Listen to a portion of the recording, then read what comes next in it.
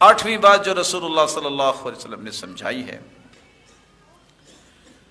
آپ اگر کسی کو صرف انٹرٹینمنٹ دینے کے لیے بھی بات کرتے ہیں جھوٹی، تو یہ بھی جھوٹ ہے۔ مت سوچئے گا کہ میں تو لوگوں کو چلو ریلیکس کر رہا تھا، یہ بھی جھوٹ ہے۔ آپ صلی اللہ علیہ وسلم نے فرمایا یہ بھی ہلاکت اور بربادی کا باعث ہے۔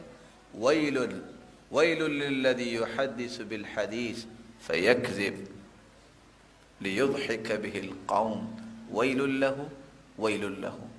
ویل جہنم کی وادی کا نام بھی ہے، ویل ہلاکت کو بھی کہتے ہیں، اور روایت تو یہ بھی بتاتی ہے، اگرچہ اس میں کلام ہے، کہ 40 سال کے بعد جہاں کافر پہنچے گا جہنم کے اندر، اس وادی کا نام ویل ہے۔ یہ کس کے لیے ہے؟ جو بندہ بات کرتا ہے، جان بوجھ کے جھوٹ بولتا ہے کہ لوگ ہنسیں۔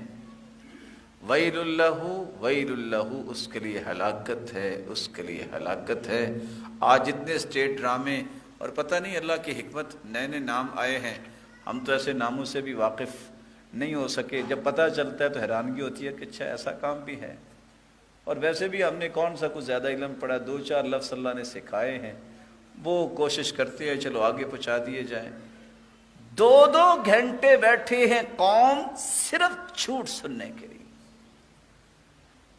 نہ جانے کون کون سے ڈراموں کا نام ہے، کون کون سے رویے آگے ہیں، اور بیٹھے پرواہ کو نہیں کہ ہم کیا سن رہے ہیں، اور جھوٹ بولی جا رہے ہیں، اور نقالی کی جا رہے ہیں، یہ فلاں حسب حال ہے جی، اور فلاں یہ ہے جی۔ انسانیت کو ہمیشہ وہ بات سننی چاہیے، مثل المؤمن مثل النحلہ لا تأکل الا طیبا ولا تضع الا طیبا۔ مومن کی مثال شہد کی مکھی کی مثال ہے۔ شہد کی مکھی کھاتی بھی اچھا ہے، نکالتی بھی اچھا ہے۔ وہ کھاتی کیا ہے؟